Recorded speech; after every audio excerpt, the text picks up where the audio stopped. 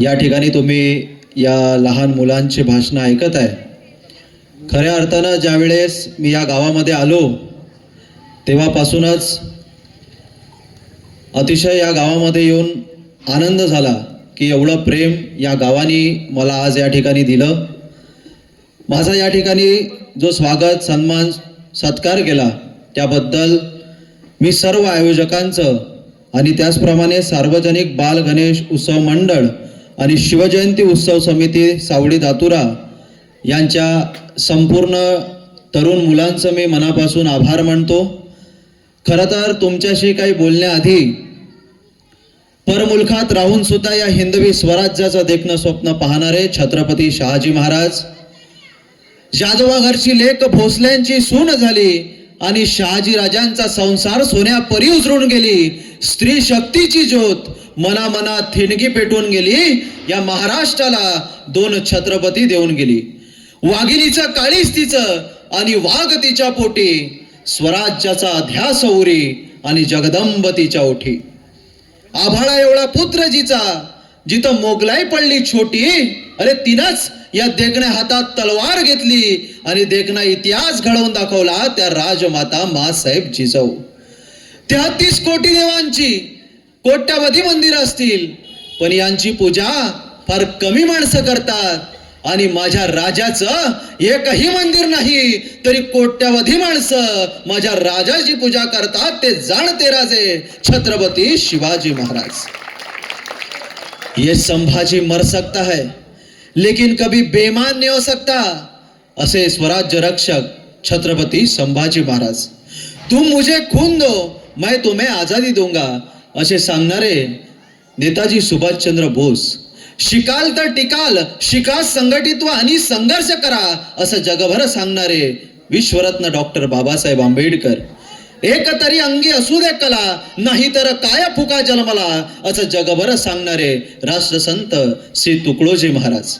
कर्म तेरे अच्छे तो किस्मत तेरी दासी है, नियत तेरी साफ तो घर में मथुरा काशी है, असं ठणकावून सांगणारे राष्ट्रसंत श्री गाडगे महाराज.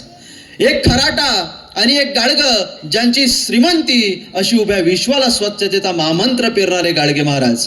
खरं तर माझ्या आई बहिणीला पेन पेन्सिल पकडणं शिकवणाऱ्या आणि शिक्षणाचा महामंत्र पेरणाऱ्या सावित्रीबाई फुले, छत्रपती शिवाजी महाराजांची समाधी ओळखून काढणारे आणि प्रथमतः शिवजयंतीला सुरुवात करणारे क्रांतीसूर्य ज्योतिराव फुले, आरक्षणाचे जनक राजर्षी छत्रपती शाहू महाराज या तमाम महापुरुषांना आणि खऱ्या संतांना तुमच्या जोरदार टाळ्यांच्या गजरात प्रथमतः मी अभिवादन करतो. आज सकाळी तालुका वरुड फत्तेपूर या ठिकाणी व्याख्यानाचं आयोजन केलेलं होतं आणि त्यानंतर जवळपास 90-91 किलोमीटर वरुडवरून हे सावडी दातुरा नावाचं गाव आहे.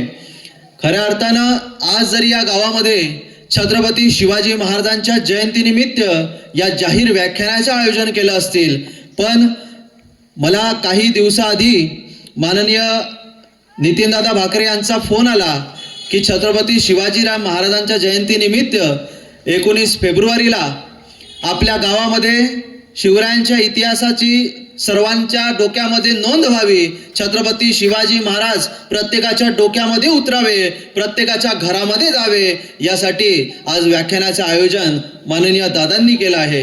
खरं तर पुनश्च मी तुमच्या सर्वांचं या ठिकाणी मनापासून आभार मानतो, धन्यवाद देतो. खरं तर तुम्हाला सांगताना एक सांगू इच्छितो, मी नेहमी सांगत असतो, एक सद्ग्रस्त होते, दिवसभर ऑफिसमध्ये काम करायचे आणि मधल्या सुट्टीत सगळ्या सहकाऱ्यांबरोबर जेवायला बसायचे. दिवसभर मित्र हो ऑफिसमध्ये काम केलं आणि मधल्या सुट्टीत सगळ्या सहकाऱ्यांबरोबर जेवायला बसले. जेवताना डबा उघडला, डब्यात बघितलं खिचडी.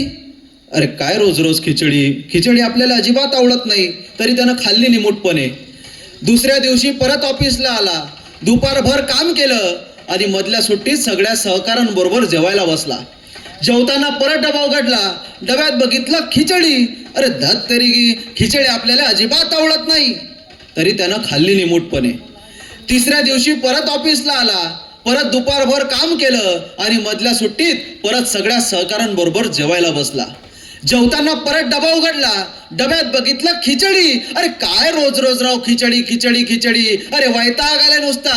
खिचडी आपल्याला अजिबात आवडत नाही. तशी ही त्याची रोजची तंतनत त्याच्या शेजारानं ऐकली. तसा त्याचा शेजारी म्हणाला, इथं तंतन करून काय उपयोग आहे का? त्याच्यापेक्षा घरी जा आणि बायकोला सांग, बाई ग खिचडी आपल्याला अजिबात आवडत नाही, दुसरं काहीतरी बनवून दे.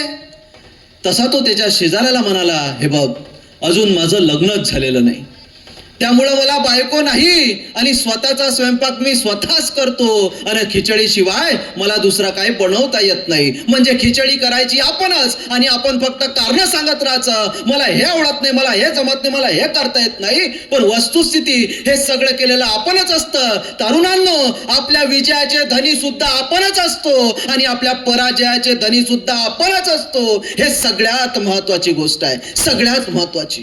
नाहीतर बघा ना, मागच्या महिन्यात वृत्तपत्रकामध्ये एक जाहिरात आली होती. गेल्या 25 वर्षात ज्या माणसाच्या हातानं एकही अपघात झाला नाही अशा ड्रायव्हरनी मुलाखतीला यावं. आता मुलाखती चालू झाल्या. प्रत्येक ड्रायव्हरला विचारलं, गेल्या 25 वर्षात तुमच्या हातून एकही अपघात झाला नाही?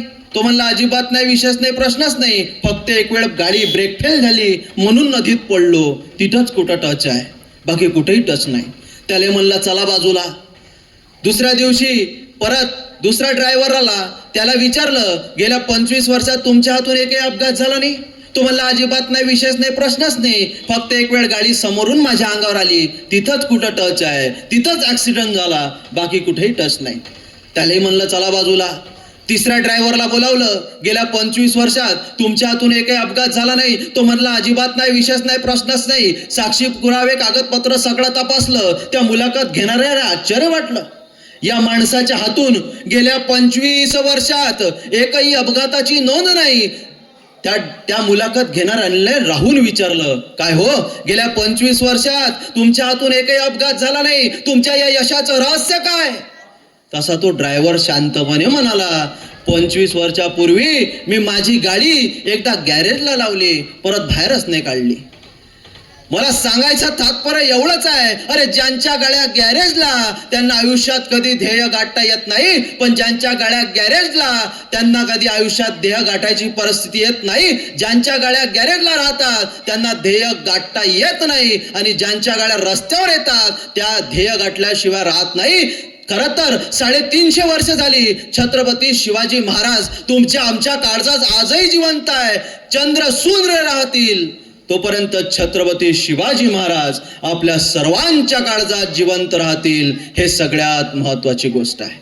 खरं तर छत्रपती शिवाजी महाराजांच्या आधीची परिस्थिती काय होती? अनेक सुलतानी सत्ता या महाराष्ट्राच्या छातीवर थय्या थय्या नाचत होत्या. मंदिराच्या मंदिरं लुटली जात होती आणि आया बहिणींची अब्रू सुरक्षित नव्हती. अशा या वातावरणात छत्रपती शिवाजी राजांचा जन्म झाला आणि या महाराष्ट्रातले लोक म्हणायला लागले, किसी के पेट में से सांप पैदा होता था तो किसी के पेट में से बाप पैदा होता था. परमाण साहेब जिजाऊ वैसी थी यारो कि जिनके पेट में से बापों का बाप शिवबा जन्मा था. खरं तर 19 फेब्रुवारी 1630 छत्रपती शिवरायांचा शिवनेरीवरती जन्म झाला आणि शहाजी राजांच्या सांगण्यावरनं मासाहेब जिजाऊ पुण्यात आल्या. उदच बकास कंगाल झालेलं पुणे, नाई नवाळा सर्वा गाढवाचा नांगर फिरल्या सगळ्या पुण्यावरनं. तिथली भूमी उजाड करून टाकली आणि त्याच भूमीत तुटकीवान फुटकी कवित्र अडकवली. सांगितलं इथल्या रयतेला, इथं मस्ती करणं अशुभ, अरे जो कोणी मस्ती कराल त्याचा निर्वांश होईल. आणि त्या भयानं माणसं परागंदा झाली. सह्याद्रीच्या निम्र दऱ्याखोऱ्यात कशी बशी जगायला लागली. जगल्यासाठी मरायचं आणि मरण्यासाठी जगायचं अशा आत्ताच्या पुण्यात आल्या मासाहेब. जहागिरी चालवायची आहे, वतनदारी चालवायची आहे, पण जहागिरी चालवावी कुणावर? अरे वतनदारी चालवावी कुणावर? अरे होतं कोण इथं या दगडा धोळक्यांवर? अरे माणसं होती कुठं? माणसं दूर परगंदा. आणि त्या परगंदा लोकांना सांगितलं मासाहेब जिजाऊंनी, या परत या गावात. आणि रयतेनं विचारलं, अरे कोणाच्या भरोशावर? आणि कराडला जिजाऊ, तुमच्या शिवबा राजांच्या भरोशावर. या राजे समर्थ आहेत. आणि त्या भयानं माणसं गावामध्ये येऊ लागले, गावामध्ये राहू लागले. आणि गावामध्ये राहत असताना माणसांना प्रश्न पडला, अरे गावात राहिलो, घरात राहिलो, पण खावं काय आणि प्यावं काय? अरे शेती करावी तर पेरावं काय? काय आहे आपल्याकडे? आणि त्यावेळेला महाराष्ट्रातली पहिली सहकारी संस्था उभा राहिली, ज्या सहकारी संस्थेचं नाव होतं स्वराज्य.